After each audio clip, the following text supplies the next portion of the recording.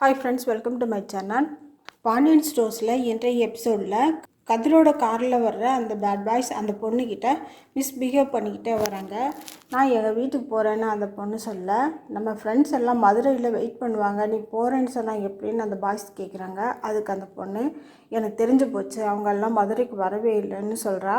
பாரு, கரெக்டாக கண்டுபிடிச்சிட்டியே, very good. நம்ம 3 பேர் மட்டும்தான் மதுரைக்கு போகிறோம். அங்கே இருந்து வேறு ஒரு கார் எடுத்துக்கிட்டு கொடைக்கானல் போய் ஜாலியாக இருக்கலான்னு சொல்கிறாங்க. இதை கேட்ட கதிருக்கு பயங்கர கோவம் வருது. இந்த சூழ்நிலையில் கதிர் என்ன பண்ண போகிறான்னு சொல்லிட்டு நம்ம பார்க்கலாம். அடுத்து டீச்சர் வேலைக்கு இன்டர்வியூக்காக சரவணன் மயிலை கூட்டிகிட்டு போகிறாரு. அப்போ என்ன மயில், நீ ஸ்கூலில் சேர்ந்ததுக்கு அப்புறமா நீ ஜாலியான டீச்சராக இருப்பியா இல்லை ஸ்ட்ரிக்டான டீச்சராக இருப்பியான்னு சொல்லி கேட்குறாரு. அதுக்கு மயில், இவர் ஒருத்தர் நேரங்காலம் தெரியாமல் தெரிஞ்சு என்ன பண்ண போகிறாரு, என்கிட்ட பாடம் படிக்க போகிறாரா அப்படின்னு சொல்லிட்டு மைண்ட் வாய்ஸிலே கேட்குறாங்க.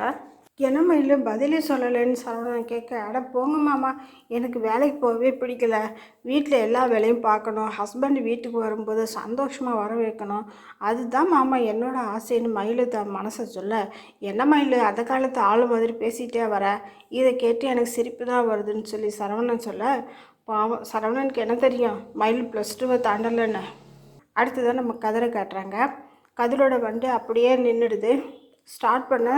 ஸ்டார்ட்டே ஆக மாட்டேங்குது. என்ன ப்ரோ, என்ன ஆச்சுன்னு அந்த பேட் பாய்ஸ் கேட்க, தெரியல ப்ரோ, பேட்ரி டவுன் ஆயிடுச்சுன்னு நினைக்கிறேன், ப்ளீஸ் கொஞ்சம் காரை தள்ளி விடுவீங்களா அப்படின்னு சொல்லி கதிர் கேட்க, சரின்னு அந்த பேட் பாய்ஸும் காரை தள்ள ஆரம்பிக்கிறாங்க. அந்த பொண்ணை காப்பாற்ற கதிர் போட திட்டம் தான் இது.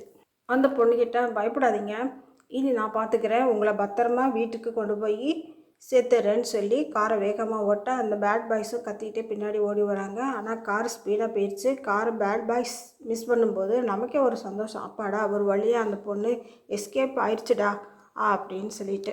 அடுத்து பார்த்திங்கன்னா சரவணன் கூட போன மயில், ஐயோ மாமா எனக்கு மயக்கம் வருதுன்னு ஒரு பிட்டை போட பயந்து போன சரவணன் தண்ணியை வாங்கிட்டு வந்து கொடுக்க, மாமா நம்ம வீட்டுக்கு போகலாமா அப்படின்னு சொல்லி மயில் கேட்குறாங்க. ஓ போகலாமே அப்படின்னு சொல்லி நேராக ஸ்கூலில் கொண்டு போய் வண்டியை விட்டுறாரு. அங்கே மயிலை திங்கக்கிழமையிலேருந்து வேலைக்கு வாங்கன்னு சொல்லிடுறாங்க. வேலை கிடச்சதால சரவணனுக்கு ரொம்ப சந்தோஷம். பாவம் மயிலோட நிலைமை தான் சொல்கிற மாதிரி இல்லை. இந்த டைமில் கதிர் அந்த பொண்ணை அவங்க வீட்டுக்கிட்ட கொண்டு வந்து சேர்த்துறோம். இந்த டைமில் கதிர் அந்த பொண்ணை அவங்க வீட்டுக்கிட்ட கொண்டு வந்து சேர்த்துறோம். அந்த பொண்ணு, நான் தெருமுனையிலேயே இறங்கிக்கிறேன், நான் எங்கள் அப்பா கிட்ட ஃப்ரெண்ட்ஸுங்கெல்லாம் தெருமுனையிலேயே என்னை இறக்கி விட்டுட்டு போயிட்டாங்கன்னு சொல்லிடுறேன் அப்படின்னு சொல்கிறான்.